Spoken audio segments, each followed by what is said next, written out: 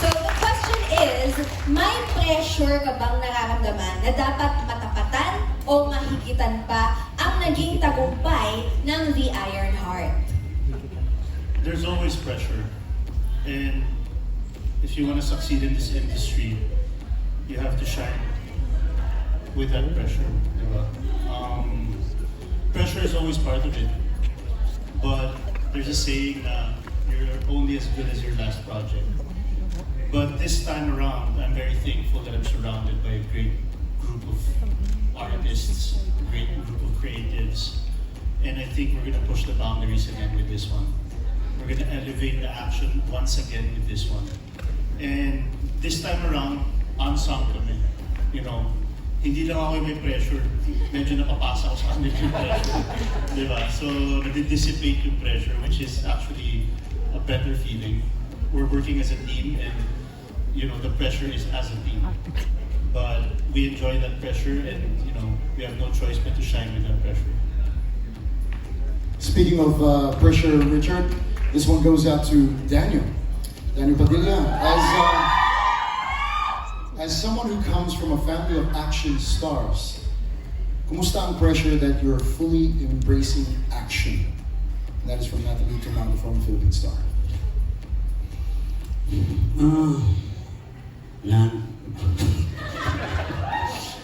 Hindi, ano lang, wala naman silang binibigay na pressure sa akin. So, wala rin naman akong nararamdaman na kaba o ano na kung ano dahil. So, alam eh. I'm just doing my best, you know. So, kung ano kalabasan nun, that's it, you know. Kung ano man, I guess I'm doing my best and I'm proud sa mga nagagawa namin lahat as a group. Sa trailer pa lang, I'm excited. Parang excited na mapakita rin sa airpod ko to. Parang panis siya sa akin.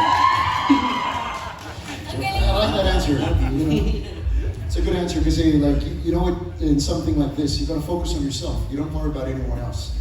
So focus on yourself. You are the one and only Daniel Padilla, right?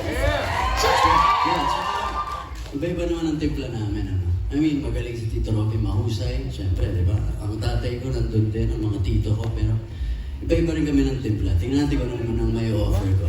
So, yun lang. Awesome. Good job. Such a humble answer, di ba? Tsaka ang nakuha ko dun sa sagot niya, imbes na pressure, may pride. Yung proud siyang, excited siyang ipakita na sa tatay niya, pero imbes na napapressure siya, parang excited siya na ipakita. So that's always good news, at excited na rin tayong lahat mapanood at sumisigaw sila, we love you DJ. Yes, thank you very much sa lahat ng mga fans na nandito ngayon. At ngayon naman, pumunta naman tayo sa isang nabuong love team. Yes, Wala love rin team. sa isang Netflix na, napanood natin sa Netflix na series, ang Can't Buy Me Love. Yes! Kai, congrats din sa success as Bettina. But of course, ang love team na I'm referring to ay ang Snowreen. Yes, Anthony Jennings and Marisa Cal, you are now together again sa isang project. So, can you tell us about your feelings nung natanggap niyo yung news na magiging part kayo together ulit sa isang project, you know, coming from the success of Can't Buy Me Love? Well, noong una, parang binasa mo rin namin yung script, tapos nung nakita ko na parang, medyo may glitch pa rin ng, yung pagka-story. Hindi naman sobra, pero andun pa rin yung fun. So parang, sabi ko makaka-work ko ulit si Marisa. Alam ko naman na masarap katabaho si Marisa. Yung mga eksena namin talagang pumapatong-patong kasi dami namin naiisip talaga na pwede kong bato tong lines na to, tapos sabayan mo ng ganito, yung mga ganun. So parang laging nagbibigayan kami palagi sa eksena. Happy ako maka-work ulit si Marisa. Super happy ako na maka-work ulit si Anthony. Nung nalaman namin na action yung gagawin namin, as in sobrang excited talaga kami. Well, ako, may pressure kasi hindi pa ako talaga nakasabak ng action talaga. Ever. Siguro yung action lang na nagawa ko na dapa, ganyan. Pero, Galing niya. mga ganun. Pero dito talaga may intense training. And then, happy kami kasi yung mga scenes na nagawa namin so far, funny. Nakakaaliw ulit. Kami na naman magbibigay ng happiness. And yeah, excited na makasama ko nito. Nakita nga rin namin sa trailer, may konting kilig Sweet, sweet. Mga ganun, parang, may Teaser lang, naabangan. teaser lang yan. Teaser lang. Ano pa kaya yung mangyayari, di ba? But congratulations Thank you. Thank you. on this project. Yes, okay. Now, let's go to our last two questions. Opo. And this is coming from Alex Brosas of Daily Tribune. And this is for everyone. Kung sino man po ang gustong sumagot.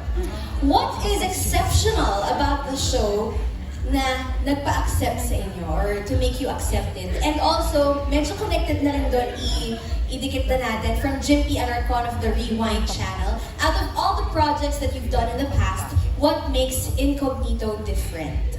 So, yun. So bakit nyo tinanggap and what makes this different from other projects? Who would like to answer first? Mr. Baron Geisler? Yeah,